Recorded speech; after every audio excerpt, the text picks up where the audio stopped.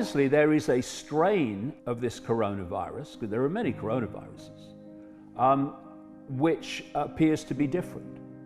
If you look in terms of the danger is to a certain section of society.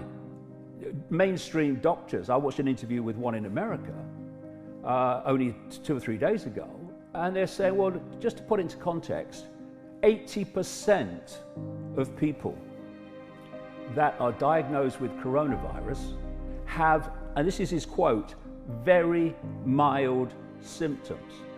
The ones that are in danger, and by the way, in danger from any virus, including the classic flu, are those that have compromised immune systems.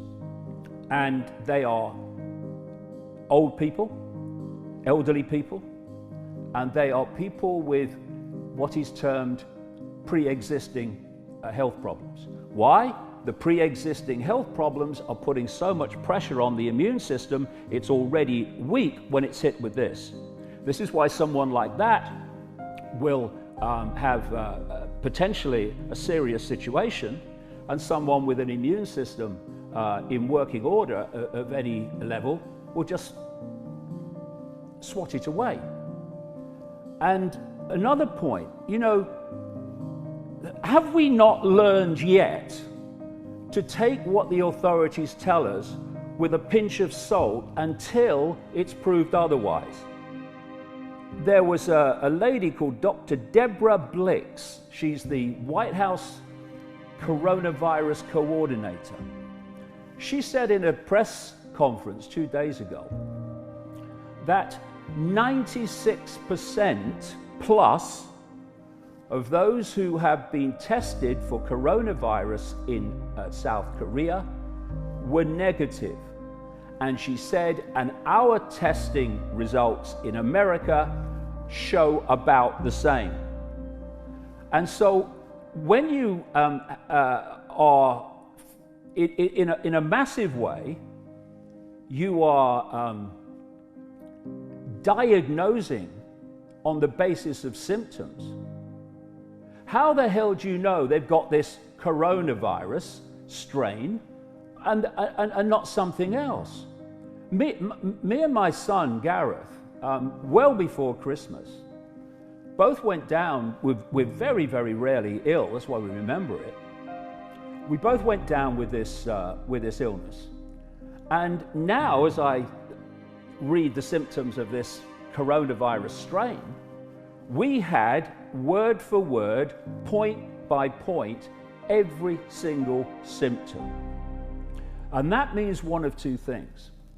It means either this coronavirus strain was going around in Britain then, before it had even emerged out of China, or, far more likely, we got something else with exactly the same symptoms.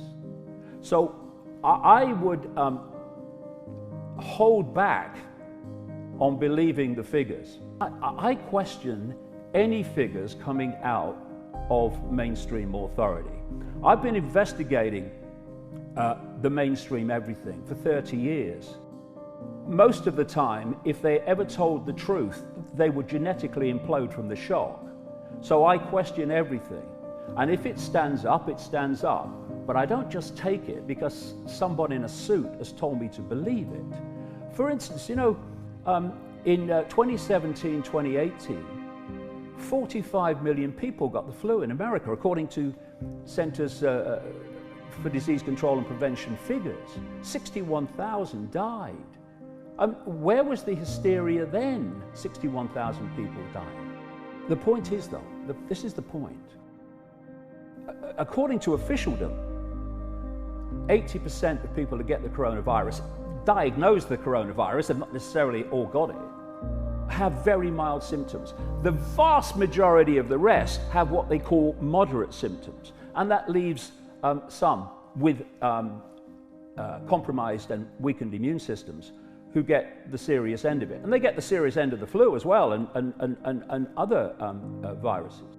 But what we surely should be doing is focusing on those people and doing what is necessary to protect them and their immune systems from the consequences. But to have the vast majority of the population who at most will have mild symptoms, some even no symptoms. I mean, I remember this story. One of the first Scottish people to get the virus was interviewed on a BBC local radio station. And he said, well, I had a bit of a mild fever. Well, what's that? That's the immune system using heat to kill the predator. Just perfectly immune system response. So anyway, he says, so I got checked out, and they said I got coronavirus. And they said, you've got to go to hospital. He said, but I felt all right. I had a few aches and stuff, but I feel all right. He says, so I'll go to hospital. He said, but by the time I get to hospital, he said, the symptoms are gone. And he's gone down as a statistic, coronavirus, in the numbers. So when you've got people who are getting that, even if they do get it, on a vast scale, in terms of percentage, who have that response, you get an even greater number who don't get it. And for that, you destroy the world economic system. Now, let's go back to how I started.